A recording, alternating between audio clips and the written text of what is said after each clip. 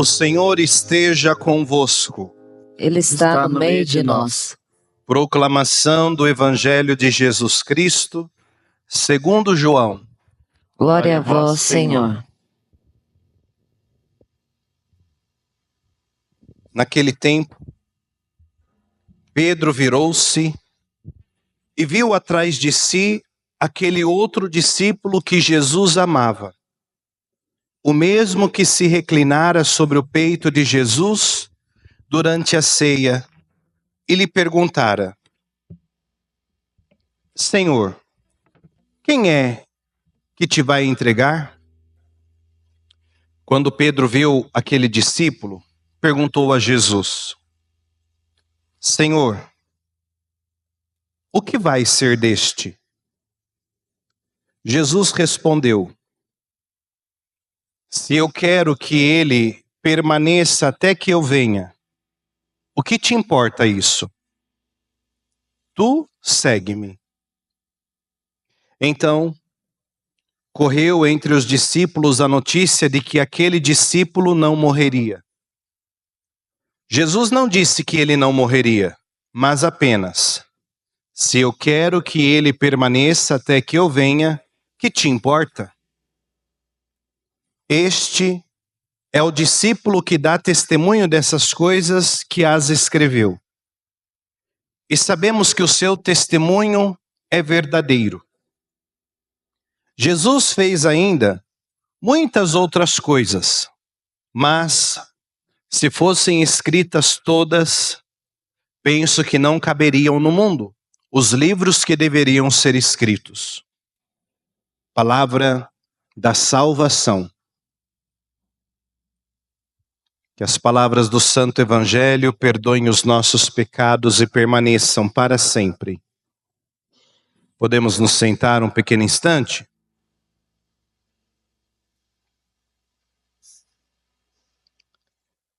Queridos irmãos, queridas irmãs, nós vemos aqui esse diálogo de Jesus com Pedro. Um diálogo partindo de Pedro, como eu disse no início dessa Santa Missa, um tanto quanto ciumento. Um diálogo que ele coloca aquilo que está passando no seu coração sobre aquele discípulo amado. E Jesus amava a todos, não podemos esquecer isso.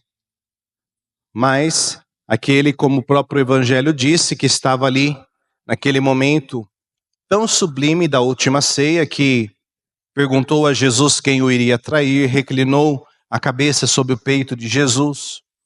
Aquele que estava ali acompanhando Jesus o tempo todo. E aqui nós vemos esses ciúmes de Pedro. Senhor, e este que está aqui atrás? O que vai ser dele? Interessante que Jesus estava afiado, né? Ele já pega e responde aquilo que é essencial para nós cristãos. Jesus, ele escolhe pessoas que a nossa humanidade não é capaz de saber porquê e responder o porquê Jesus está chamando aquela pessoa. E às vezes a gente coloca um monte de julgamentos, até mesmo na vida da igreja. Às vezes a gente até faz piadinhas, como aquela história lá da Patagônia. Entrou para a fila de comunhão várias pessoas, e tinha duas pessoas no banco, que uma cutucou a outra, falou assim: tá vendo aquela pessoa lá? Depois eu te conto. Naquele sentido de julgar, naquele sentido de condenar o outro, naquele sentido de deixar que o olhar não seja um olhar divino para todos aqueles que estão celebrando juntos. Aqueles que estão em torno da mesma mesa, da mesa da palavra. E aquele olhar de julgamento, aquele olhar que distancia. E aqui Pedro estava tendo esse mesmo olhar para com João, E aqui vem então a resposta de Jesus. O que te importa que ele permaneça conosco? E Jesus fala para ele: tu segue-me. Aí está o essencial. O essencial para nós cristãos não é saber quem Jesus chamou. O essencial para nós cristãos não é olharmos para a vida do outro, mas o essencial para nós cristãos é seguir Jesus como ele nos pediu. E ele nos pediu para o segui-lo, para que nós o seguíssemos de uma maneira muito livre e de uma maneira amorosa. Segui-lo verdadeiramente como ele nos pediu, não vai nos faltar nada. Não vai nos atormentar tantas outras coisas, no sentido de que esses sentimentos que passaram na vida de Pedro, porque se eu estou preocupado com outro, eu não estou seguindo bem aquele que me chamou para segui-lo. E seguir Jesus requer isso de nós, viver o essencial, porque Jesus, ele nos ama com os nossos dons, nos ama com os nossos limites. E quantos limites cada um de nós aqui nós temos, se fôssemos fazer uma confissão pública? Cada um vem aqui e fala no microfone o pecado que tem. Quantos pecados sairiam dos nossos lábios? Quantas situações iriam aparecer de limites da nossa vida? Tantas, e Jesus nos ama, apesar desses limites. Quantas maravilhas acontecem em nossa vida e quantos momentos que são difíceis da gente enfrentar, mas mesmo assim Jesus continua a nos amar. Não desiste de nos amar como nós somos. E graças a Deus, somos diferentes uns dos outros. Imagine um mundo que todo mundo fosse igual a você. Seria um mundo alegre ou triste? Seria um mundo feliz ou um mundo chato? Se todo mundo fosse igual a você. Nem os gêmeos são iguais.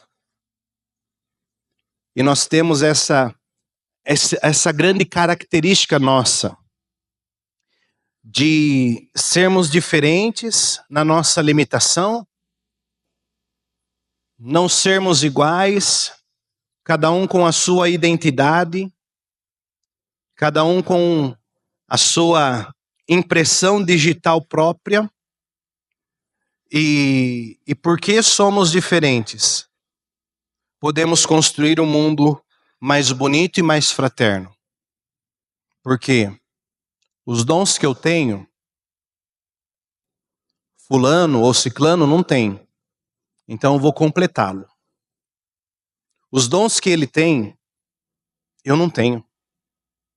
Eu vou me abrir para que ele me complete. Não vou viver aquela questão de fechamento, como Pedro estava aqui, até mesmo tentando fechar-se para o outro. E aí a gente vai comparando a nossa vida com outras pessoas. A gente tem que ter esse cuidado de não comparar a nossa vida com ninguém. E tem gente que vive assim, comparando a própria vida. Ah, ele é assim, eu também vou ser. Fulano vive desse jeito, eu também quero viver.